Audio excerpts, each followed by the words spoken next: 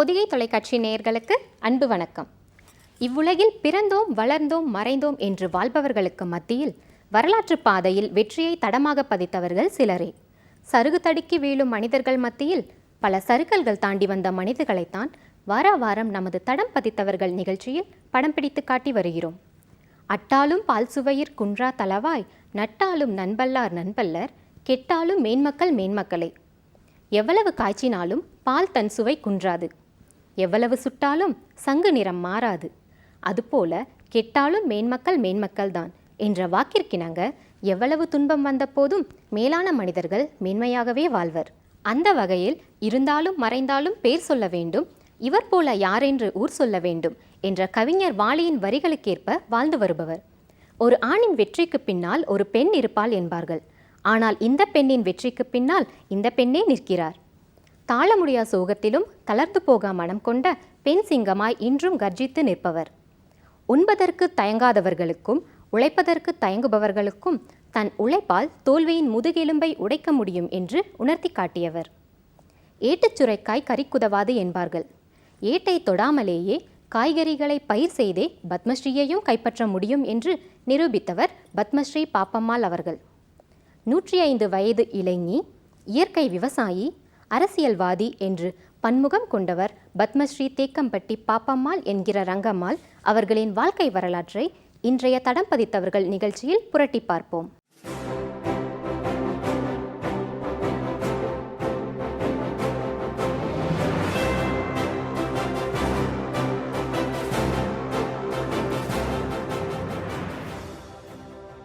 உழுதுண்டு வாழ்வாரே வாழ்வார், மற்றெல்லாம் தொழுதுண்டு பின் செல்பவர் என்ற குரலுக்கேற்ப உழவு தொழில் செய்து வாழ்ந்து வரும் பாப்பம்மாள் பாட்டி. இவர் தன் உழைப்பால் அனைவரும் அவரை தொழுதுண்டு பின் செல்ல வைத்து விட்டார். கொங்கு தமிழ் கொஞ்சி விளையாடும் கோவை மாவட்டம் மேட்டுப்பாளையத்திலிருந்து 5 கிலோமீட்டர் தொலைவில் அமைந்துள்ள அழகிய கிராமம்தான் தேக்கம்பட்டி. இம்மண் பல சிறப்புகள் வாய்ந்தது. பாப்பம்மாள் பாட்டியை பத்மஸ்ரீயை நோக்கி இழுத்ததும் இந்த மண்தான். இயற்கை எழில் கொஞ்சும் மேனி முழுவதும் பச்சை மரங்களை பாவாடை தாவணியாக கட்டியமர்ந்த மேற்கு தொடர்ச்சி மலை. இந்த மேற்கு தொடர்ச்சி மலையின் மகளும் இந்த மண்தான். குளுமை கூத்தாடும் பவானியாரும் அதன் கரையில் வரலாற்று சிறப்புமிக்க வனபத்திரகாளியம்மன் கோவில் அமைந்திருப்பதும் இந்த மண்தான். அம்மன் காளி தெய்வம் ஆங்காரமாய் இல்லாமல் அலங்காரமாய் வீற்றிருப்பதும் இந்த மண்தான். இந்த வனத்தில் அம்மன் சிவனை நினைத்து தியானம் செய்ததால் வனபத்திரகாளியம்மன் என்று பெயர் பெற்றாள். ஆழ்ந்த நிசப்தத்தில் அழகிய பவானி ஆறு அன்னையை தாலாட்ட, சலசலக்கும் நீரின் சத்தம் அவள் காதுகளில் சங்கீதம் பாட, குளிர்ச்சியான மனதோடு மகிழ்ச்சியாக காணப்படும் கோபக்காரி காளி சாந்தமாக அமர்ந்திருக்கிறாள் மேட்டுப்பாளையத்தில். தமிழக அரசால் ஆண்டுதோறும் யானைகளுக்கு புத்துணர்வு முகாம் ஏற்படுத்தவும் அவைகளுக்கு உற்சாகமூட்டுவதும் இந்த மண்தான். எல்லாவற்றிற்கும் மேலாக நம் பத்மஸ்ரீ பாப்பம்மாள் பாட்டியை வளர்த்ததும் இந்த மண்தான். தேடிச்சோறு நிதம் தின்று பல சின்னஞ்சிறு கதைகள் பேசி மனம் வாடி பல செயல்கள் செய்து நரை கூடி கிழப்பருவம் எய்தி கொடுங்கூற்று கிரையென பின் மாயும் பல வேடிக்கை மனிதரைப் போல நான் வீழ்வேன் என்று நினைத்தாயோ என்று எட்டயபுரத்தில் பட்டையை கிளப்பிய கவிதை சூரியன் பாரதியின் வீரவரிகள் யாருக்கு பொருந்துகிறதோ இல்லையோ, 105 வயது இயற்கை பெண் விவசாயி பாப்பம்மாள் பாட்டிக்கு பாந்தமாக பொருந்தும். கோவை மாவட்டத்தில் உள்ள வைணவ திருத்தலங்களில் மிகவும் பிரசித்தி பெற்றது அரங்கநாதர் கோவில். இங்கு சுவாமி சுயம்பு வடிவில் அருள் பாலிக்கிறார். கடுமையான நோயினால் அவதிப்பட்ட திருமலை நாயக்கர் மன்னர் அரங்கநாதர் கோவிலில் உள்ள காரை மர இலைகளை வைத்து கட்டிய பின் குணமானார். அதற்காக கோவிலில் பல மண்டபங்களை கட்டி கொடுத்து தேரையும் வழங்கினார். ஊரிலுள்ள மரங்களையெல்லாம் வெட்டி கதவு செய்துவிட்டு பின்பு காற்று வரவில்லை என்று கதவை திறந்து வைத்து காத்திருந்தான் மனிதன் என்று யாரோ ஒரு புது கவிஞன் ஒருவனின் வரிகளில் வரும் மனிதர்களைப் போல் இல்லாமல் பத்மஸ்ரீ பாப்பம்மாள் பாசம் வைத்து செய்தது விவசாயம். பாப்பம்மாள் பாட்டி 1914ஆம் ஆண்டு காரமடை தேவனாபுரத்தில் பிறந்தார். வரலாறு பேசும் காரமடை காரை வனம் என அழைக்கப்பட்டு பின் காரமடையாக மருவியது. சிறு வயதிலேயே தாய் தந்தையை இழந்து தனியாக நின்ற பாப்பம்மாளை தந்தை வழி பாட்டியிடம் இவரோடு சேர்ந்து இரு சகோதரிகளும் வளர்ந்தனர். அடுக்கி வரினும் அழிவிலான் உற்ற இடுகண் இடுக்கட்படும். இடும்பைக்கு இடும்பை படுப்பர் இடும்பைக்கு இடும்பை படாதவர். துன்பம் பல வந்தபோதும் துவண்டு போகாமல் அந்த துன்பத்தையே துன்பத்தில் ஆழ்த்தி அதனை தோல்வியுறச் செய் என்ற விளக்கமாய் வாழ்க்கை துயரை எதிர்க்க முனைந்தார் பாப்பம்மாள்.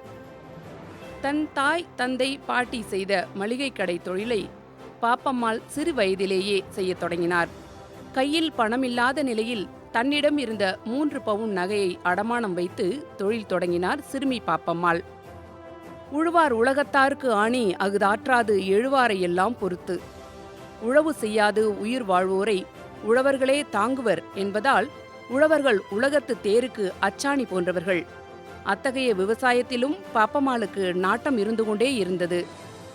மளிகை கடை மற்றும் சிறு உணவகம் நடத்தி வந்த பாப்பம்மாளுக்கு 20 வயதில் இவருக்கு ராமசாமி என்பவருடன் திருமணம் நடந்தது. இவர்களுக்கு குழந்தை இல்லை என்றாலும் ஒன்றாகவே வாழ்ந்தனர். தனது சகோதரியின் பிள்ளைகளை இவரே வளர்த்து வந்தார். 1992ஆம் ஆண்டு கணவர் ராமசாமி உயிரிழந்தார். ஒற்றையாளாய் நின்ற பாப்பம்மாள் ஓய்ந்து போகவில்லை. மளிகை கடை மற்றும் உணவகத்தில் கிடைத்த சிறு வருமானத்தின் மூலம் அந்த பகுதியிலேயே 700 ரூபாய்க்கு 4 ஏக்கர் 29 சென்ட்டும் 3000 ரூபாய்க்கு 2 ஏக்கர் 7 சென்ட்டையும் வாங்கினார். விவசாய காதலி பாப்பம்மாள் விளைவித்தது இயற்கை விவசாயம். சேறு மிதித்து சோறு போடும் விவசாயத்தை ஒரு ஆண்மகனை விட மேன்மையாகவே செய்து வருகிறார் பாப்பம்மாள் பாட்டி. என்ன வளம் இல்லை இந்த திருநாட்டில், ஏன் கையை ஏந்த வேண்டும் வெளிநாட்டில்? ஒழுங்காய் பாடுபடு வயற்காட்டில், உயரும் உன்மதிப்பு அயல்நாட்டில். நீங்களே கேளுங்கள், பாப்பம்மாள் பாட்டியே சொல்வது போல இருக்கும் இந்த திரைப்பாடல். ஆம், விவசாயம் செய்வது என்றால் ரசாயனம் போட்ட விவசாயம் அல்ல, இயற்கை விவசாய பெண்ணாக மாறினார் பாப்பம்மாள். இந்த வளைக்கரங்கள் 10 ஏக்கர் வயலை வளைத்து போட்டு விவசாயம் பார்த்தது. இந்த ஒற்றை பெண்ணின் உழவை பார்த்து ஊரே வியந்தது. காலப்போக்கில் விவசாயம் மீது கொண்ட காதலால் விவசாயம் பற்றி அறிய அதிக நேரம் செலவிட்டார். இயற்கை முறை விவசாயம் மட்டுமே செய்தார்.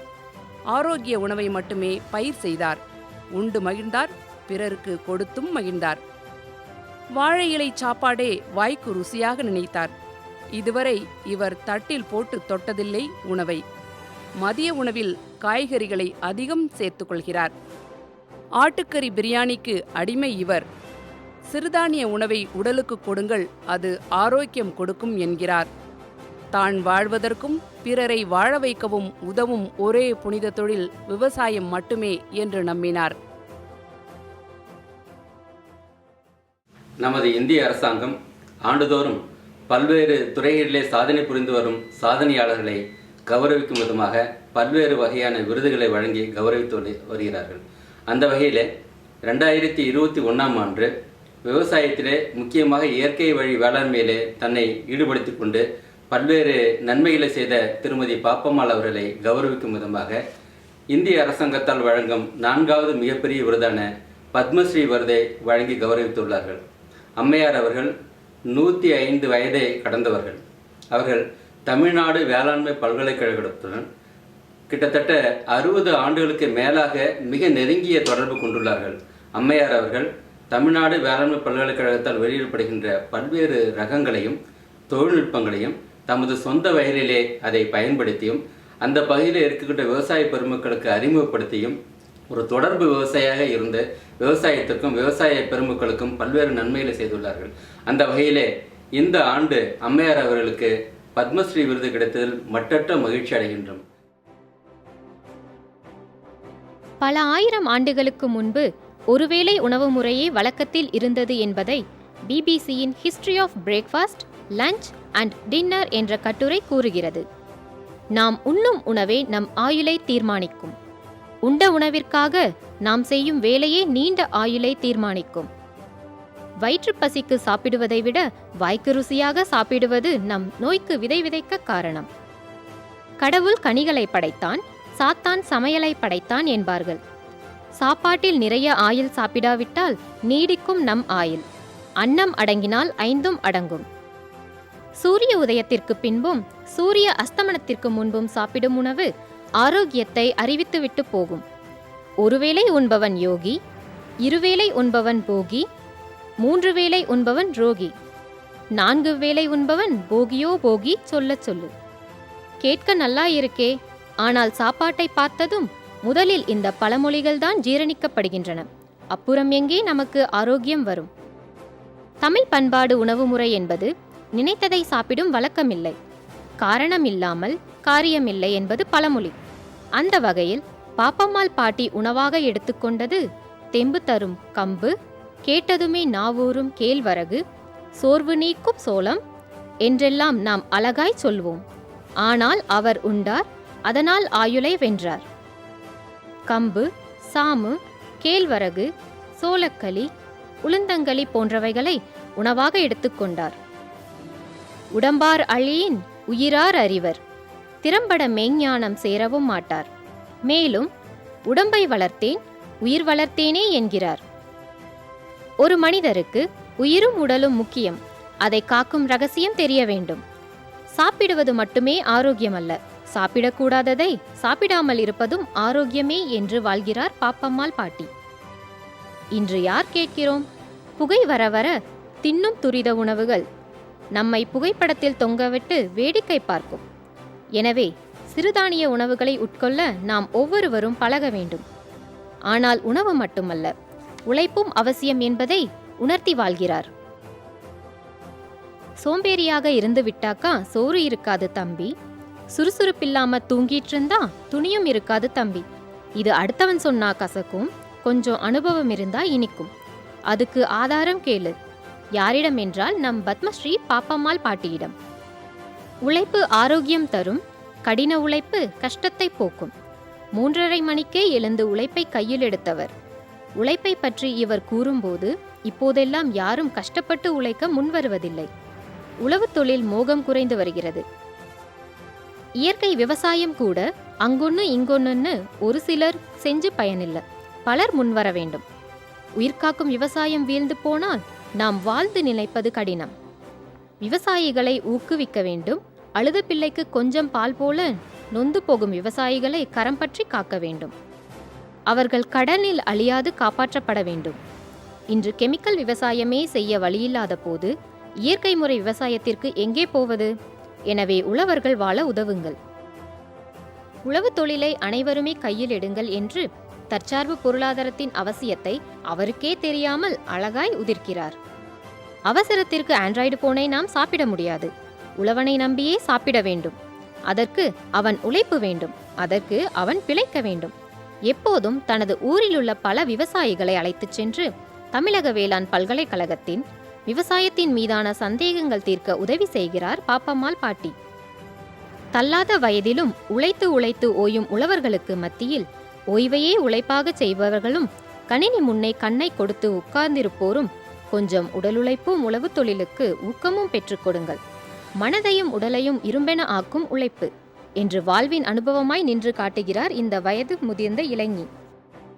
பாப்பம்மாள் பாட்டியின் குணங்கள் பொறுமை, கோபமின்மை, காலந்தவறாமை, சோம்பித் திரியாமை, துன்பத்தையே கலங்கவிடும் தன்மை, கஷ்டத்தையே கதறவிடும் ஆண்மையும் கொண்டு இன்றும் மிடுக்கு நடை போடும் சிங்கமாய் தேக்கம்பட்டியின் தங்கமாய் வாழ்ந்து வருகிறார். அரசியல் விழாவாகட்டும், அண்டை வீட்டு விழாவானாலும் அடுத்த நொடியே அம்மா அங்கே இருப்பார்.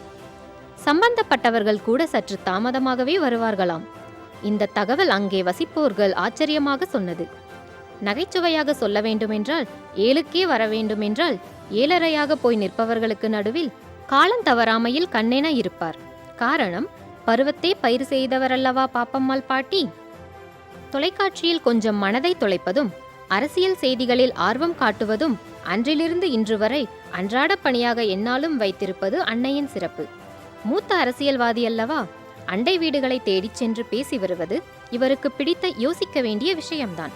வலைதளத்தில் தொலைந்து போன நம் அனைவருக்கும் எதிர்த்த வீட்டில் என்ன நடந்தாலும் கிடைக்காதவர்கள் மத்தியில் தேடிச் சென்று நட்பு பாராட்டும் பத்மஸ்ரீ பாராட்டத்தக்கவர். பழைய பாடல்கள் இவர் காதுகளுக்கு மருந்து. வாழை இலையில் ஆட்டுக்கறி விருந்து, இரண்டுமே அம்மாவை தெம்பாக வைக்கும் விஷயங்கள் என்பது உண்மை. 35 எப்படித்தான் வாழ்வது என்று வாழத் தெரியாதவர்களுக்கு 105 இப்படியெல்லாம் வாழலாம் என்ற புத்தகம் பத்மஸ்ரீ பாப்பம்மாள் பாட்டி. இவரின் அனுபவங்கள் ஒவ்வொன்றும் அரிய பொக்கிஷங்கள், அனைவருக்கும் பயன்படும். குறிப்பாக தற்கொலை செய்து கொள்ளும் தலைமுறையினர் வாழ்வின் கரடு முரடான மேடு பள்ளங்களை எல்லாம் காசு கொடுத்து வாங்கி போட்டு பழுது பார்க்கும் வாழ்வின் மெக்கானிக் என்று நவீனமாகச் சொன்னால் அது நகைச்சுவையில்லை, உண்மை. இத்தனை வருடம் எத்தனையோ கடந்தவர் ஒன்றை மட்டும் கையில் தொடவில்லை, அது கோபம். மிகப்பெரிய வெற்றியின் ஆரோக்கியத்தின் தாரக மந்திரம். பத்மஸ்ரீயின் வெற்றி ரகசியம் கோபம் என்ற ஒன்றை இவர் பயன்படுத்துவதில்லை. அதுதான் தள்ளாத வயதிலும் இவரை தழும்பாமல் வைத்திருக்கிறது.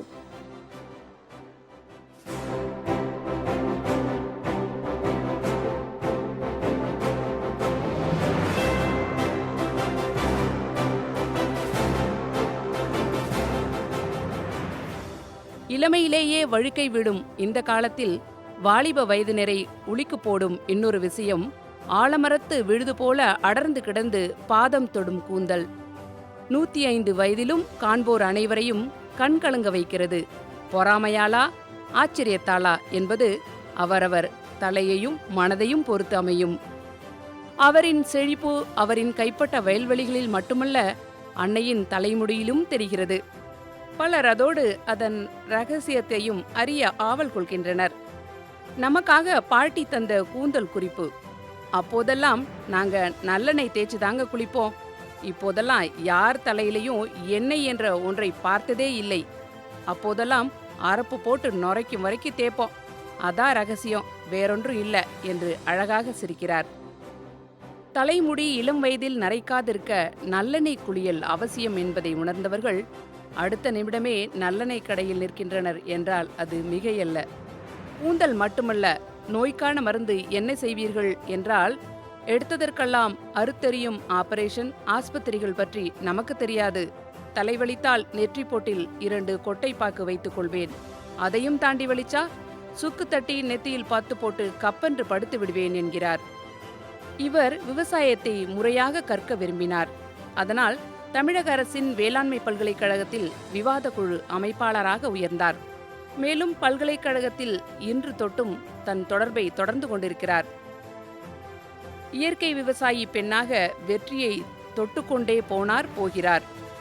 ஆரம்ப காலந்தொட்டு இன்று வரை வேளாண்மை பல்கலைக்கழக துணைவேந்தர் அனைவரையும் அறிந்திருக்கிறார். ஒரு காலகட்டத்தில் வயது மூப்பின் காரணமாக 10 ஏக்கர் நிலத்தை நிர்வகிக்க முடியாததால் 2.5 ஏக்கரை வைத்துக்கொண்டு மீதியை விற்றார். அந்த நிலத்தில் இன்றும் விவசாயம் செய்து வருகிறார் என்பதுதான் ஆச்சரியம். அதைவிட ஆச்சரியம் இவர் அரசியலிலும் ஈடுபட்டார் என்பதே. இவர் திராவிட முன்னேற்றக் கழகம் சார்பில் தேக்கம்பட்டி ஊராட்சி மன்ற உறுப்பினராகவும் ஒன்றிய கவுன்சிலராகவும் பணியாற்றியுள்ளார். பின்னர் மாதர் சங்க தலைவியாகவும் பணியாற்றி பல பதவிகளை வகித்து அதிரடி காட்டியுள்ளார் இந்த படிக்காத மேதை பத்மஸ்ரீ பாட்டி. கடந்த நூற்றாண்டு வரை பாப்பம்மாள் 2 உலகப் போரும் அடிமைத்தனத்தின் அவலத்தையும் சுதந்திர காற்றின் சுவாசத்தையும் பெற்றவர். பல இயற்கை பேரழிவுகளை இவர் வாழ்க்கையில் கண்டவர். இந்த வருட கொரோனாவும் இவரிடம் ஆசீர்வாதம் வாங்கி விடை பெற்றது. இன்றும் விவசாய பெண்ணாக அரசியல்வாதிகள் போற்றும் அன்னையாக இருந்து வருகிறார். அரசியல்வாதியாக அவதாரம் எடுத்தவர் அதிலும் பின்தங்கவில்லை. கட்சிகள், கூட்டங்கள், போராட்டங்களில் கொடிபிடித்து நிற்கிறார். அசாதாரணமாக தலைவர்களுடன் சாதாரணமாக நிற்கிறார். ஒரு பெண்மணியால் இத்தனையும் செய்ய முடியுமா என்று ஓர் ஆச்சரியக்குறியாகவே அனைவர் முன்னும் தோன்றுகிறார். பல அரசியல் தலைவர்கள் இவர் வீடு தேடிச் சென்று புகைப்படம் எடுத்து வருகின்றனர். ஒரு சாதாரண பெண்மணியின் அசுர வளர்ச்சி அனைவருக்கும் தன்னம்பிக்கை தீனி போடுகிறது.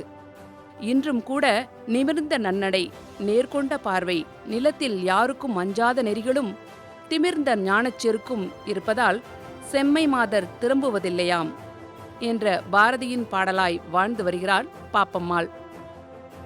இன்றும் அஞ்சா நெஞ்சும் அறிவில் மிஞ்சும் பேச்சும் பார்வை தெளிவும் நினைவு திறனும் இவரை பார்க்கப் போனவர்கள் நெஞ்சில் பஞ்சாமிர்தமாய் இனிக்கிறது. எதுவும் செய்யாமலே ஓய்வெடுக்க நினைப்போர் மத்தியில் எல்லாமே செய்தும் ஓய்வெடுக்க விரும்பாத இந்த விவசாயத்தாய் அரசிற்கு வைக்கும் வேண்டுகோள், என்னைப் போலவே அனைத்து விவசாயிகளுக்கும் விருது கொடுத்து சிறப்பு செய்யுங்கள். நொந்து போகும் விவசாயிகளுக்கு வாழ்வு கொடுங்கள் என்கிறார். மேலும் இன்றைய தலைமுறையினர் கடின உழைப்பை விரும்புவதில்லை, அதிகம் உழைத்து களையுங்கள் என்கிறார். அது வருமானம் மட்டுமல்ல, ஆரோக்கியத்தின் வழியும் கூட என்கிறார். அங்கொன்றும் இங்கொன்றுமாய் இயற்கை விவசாயம் செய்து பயனில்லை, பல பேர் முன்வர வேண்டும் என்று இயற்கை விவசாயத்தின் பார்வையை திறக்கிறார்.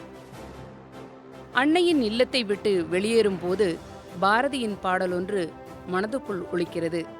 அது, காணி நிலம் வேண்டுமடி பாப்பம்மாள் பாட்டி, அதில் உன்னை போலவே பயிர் செய்ய வேண்டுமடி பாப்பம்மாள் பாட்டி.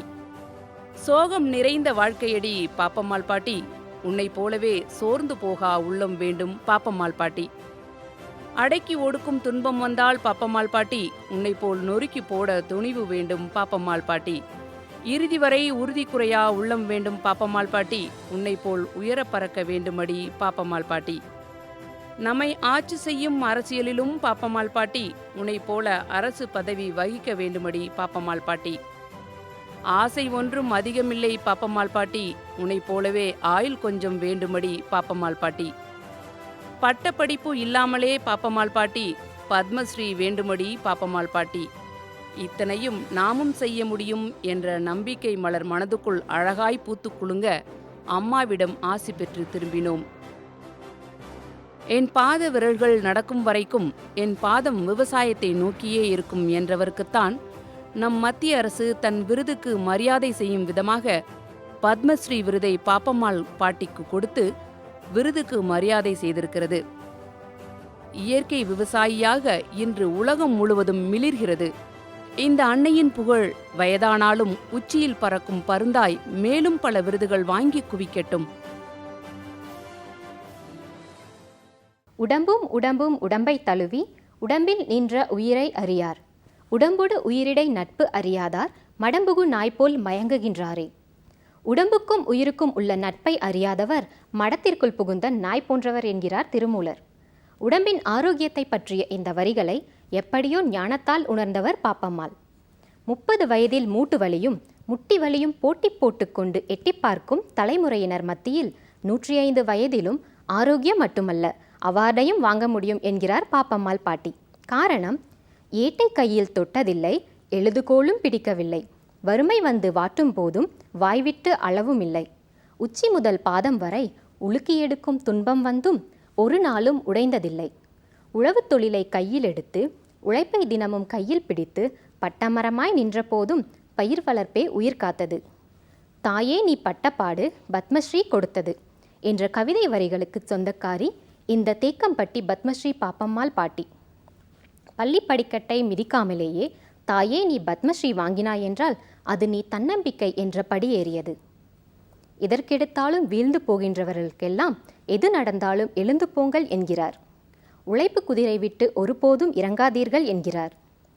ஆரோக்கியத்தை என்றும் அவமதிக்காதீர் என்கிறார். குறுகிய வாழ்க்கையை குப்புறத்தள்ளி நீண்ட ஆயுளுக்கு பாதை சொல்கிறார் உழைப்பால் உயர்ந்த இந்த வயதான தேவதை. ஒவ்வொரு வீட்டிலும் ஒரு ஓரம் ஒதுக்கி ஒட்டப்பட வேண்டிய புகைப்படம் இந்த பாப்பம்மாள் பாட்டி. இவர் புகைப்படம் பார்த்தே பொதுவாய் 100 ஆண்டு வாழலாம் என்ற நம்பிக்கை பிறக்கும். வாழ்க பல்லாண்டு, வாழ்த்த வயதில்லை எங்களுக்கு, இருந்தாலும் வாழ்த்துகிறோம். மீண்டும் அடுத்த தடம் பதித்தவர்கள் நிகழ்ச்சியில் சந்திப்போம். அதுவரை காத்திருப்போம். நன்றி, வணக்கம்.